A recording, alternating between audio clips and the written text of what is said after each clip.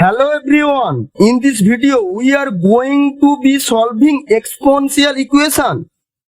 Root x to the power x equal x to the power root x.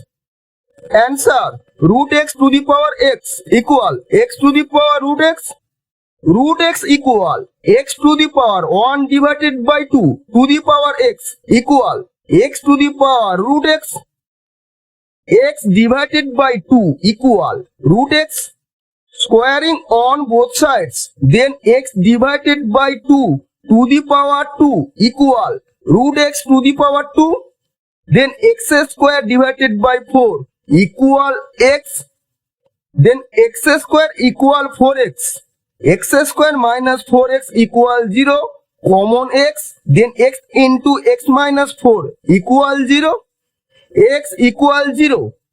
X minus 4 equal 0. X equal 4. X equal 4. X not equal to 0.